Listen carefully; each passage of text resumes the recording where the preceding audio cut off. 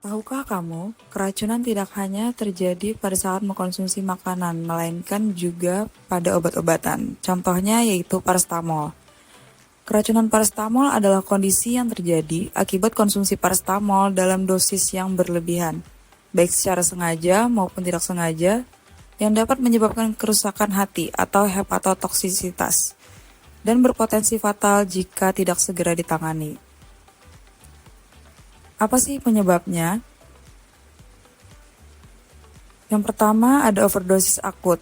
Mengkonsumsi paracetamol dalam jumlah besar atau lebih dari 150 mg per kilogram berat badan atau lebih dari 7,5 gram untuk orang dewasa dalam satu kali kejadian.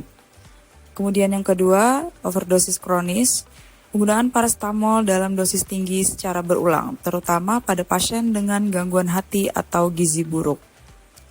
Yang ketiga ada faktor predisposisi, yaitu alkoholisme, kekurangan glutathione, malnutrisi, atau penggunaan obat lain yang meningkatkan metabolisme paracetamol melalui jalur CYP450. Selanjutnya, bagaimana sih patofisiologis atau proses terjadinya keracunan paracetamol tersebut?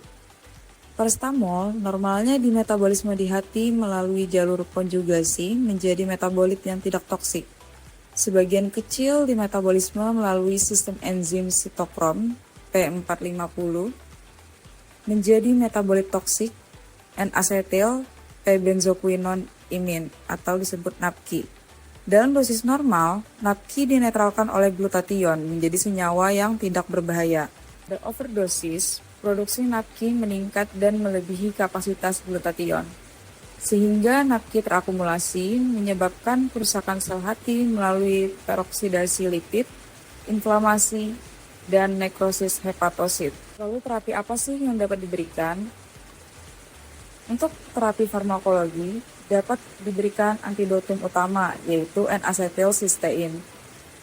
N-asetilsistein bekerja sebagai prekursor glutathione, yaitu dengan membantu detoksifikasi NAPQI.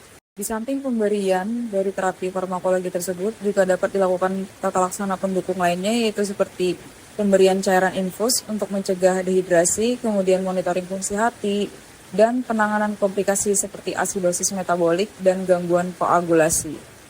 Selain terapi farmakologi, terapi non-farmakologi juga dapat dilakukan. Yang pertama yaitu cuci lambung. Nah, cuci lambung ini dapat dilakukan dengan segera setelah terjadinya overdosis. Jadi caranya agar tidak terjadi keracunan pada paracetamol tersebut.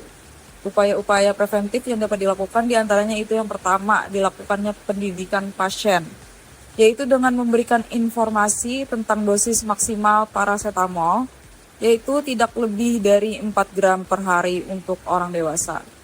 Menyediakan peringatan tentang resiko overdosis pada kemasan obat.